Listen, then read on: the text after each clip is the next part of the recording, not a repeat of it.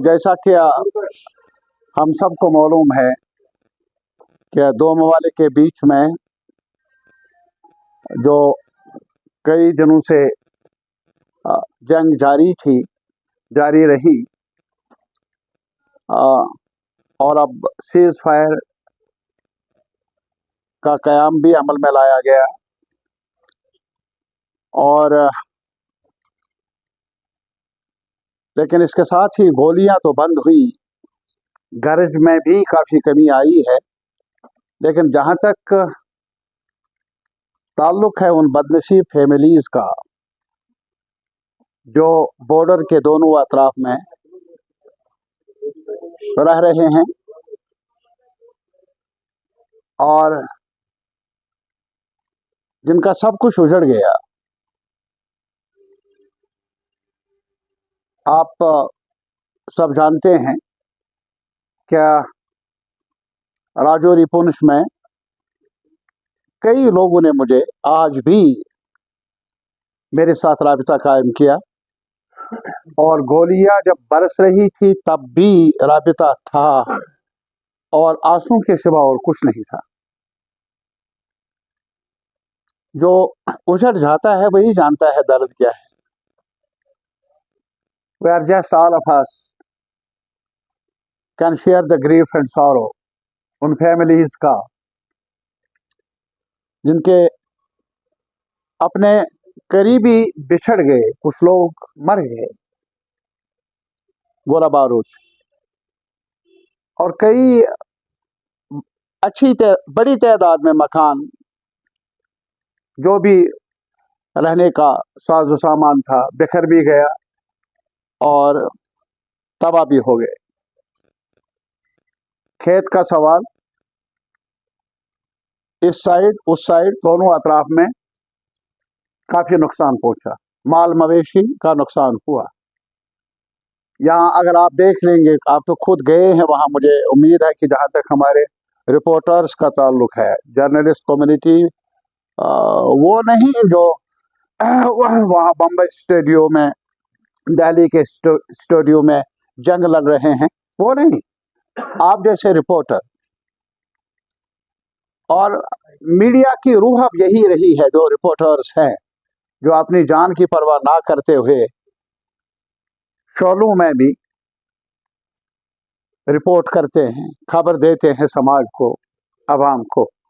आपने खुद देखा होगा, आप खुद गए हैं, कई टीम्स मैंने सुना जो उड़ी में चले गए, टंगदार, कैरन, ये पूरे हिस्सा बॉर्डर, इस तरफ के बॉर्डर में गए और आपने वहाँ खुद देखा क्या इस किन नाकुर्दा गुनाहों की उनको सजा मिल रही है। उनकी बहाली का सवाल है, और उन लोगों के जिनके कमाने वाले बिछड़ गए, मर गए, उनकी रोजी रोटी का सवाल है। ये दर्द तो मिटेगी नहीं, लेकिन जो बचे हैं उनको जीना भी है। तो जिम्मेदारी है सरकार की, गवर्नमेंट ऑफ इंडिया से हमारी गुजारिश है, वो इसलिए है क्योंकि दो मुल्कों के दरमियान जंग रही है। ये अलग सवाल है, जम्मू कश्मीर ज्यादा ही उस जद में आ गया, क्रॉस फायर में आ गया। तो इसी वजह से बड़ी सरकारों की जिम्मेदारियां हैं कि वो अपनी जिम्मेदारियों को निभाए।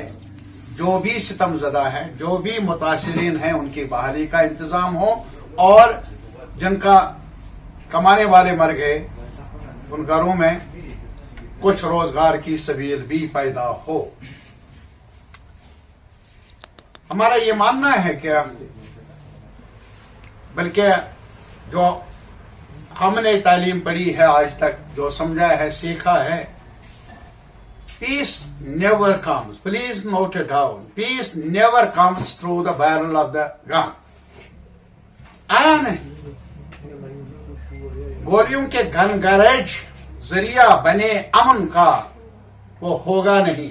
हिस्ट्री ने आज तक यही कहा है। Peace comes through peaceful means. Peace is prosperity. और पीस का अमल हो तो प्रॉस्पेरिटी साथ साथ रहे, तब जाकर बामानी पीस है। वो बारूद से वो प्रॉस्पेरिटी कभी मिली नहीं है हमारे अवाम को। और इस वजह से आज कुछ जिक्र भी है, कुछ लोग कहते हैं क्या अमेरिकन प्रेसिडेंट ने क्या कहा, वो पीस का अपने आप को जामिन समझता है। लेकिन हमारी नजर में, मैं आज इस सवाल पर बहस नहीं कर लूंगा, लेकिन इतना जरूर कहूंगा अपने आवाम को बाखबर करने के लिए जो हमारी राय है, अमेरिकन एम्पायर का रिकॉर्ड क्या रहा है दुनिया के मसाइल के बारे में। अरे साहब, एम्पायर्स का, जो भी एम्पायर आज तक रहे, जो बड़ी ताकतें रही, उनका यही है ना कि कॉन्फ्लिक्ट्स को अपने स्ट्रेटेजिक मुफादात के लिए इस्तेमाल किया जाए। कॉन्फ्लिक्ट्स को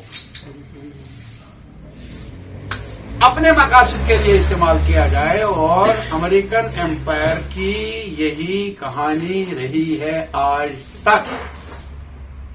क्या कुछ मिडिल ईस्ट में आज भी हो रहा है? मैं पूरे मिडिल ईस्ट की बात करता हूं। क्या कुछ आज भी फलस्तीन में हो रहा है? अरे साहब, सांसें भी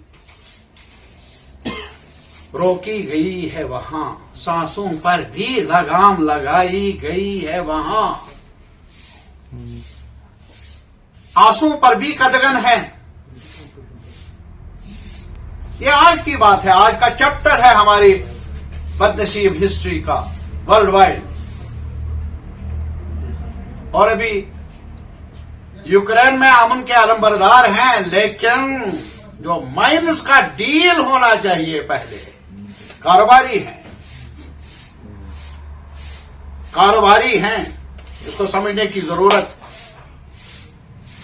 बहरहाल आज नहीं, आज सिर्फ इतना ही मुतालबा मैं कर लूंगा, गवर्नमेंट ऑफ इंडिया को जिम्मेदारी लेनी चाहिए। जो हमारे लोग यहां जम्मू में, कश्मीर में, बॉर्डर एरियाज में, राजौरी, पुंछ, कठुआ, विजयपुर, आरसपोरा, यहां उड़ी में और केरल में, ये भी हमारे इलाके हैं, यहां उनकी बहाली की जिम्मेदारी लेनी चाहिए और फौरी कदम उठाने चाहिए, ताकि उन बहनों को, हमारे भाइयों बहनों को कुछ राहत मिले।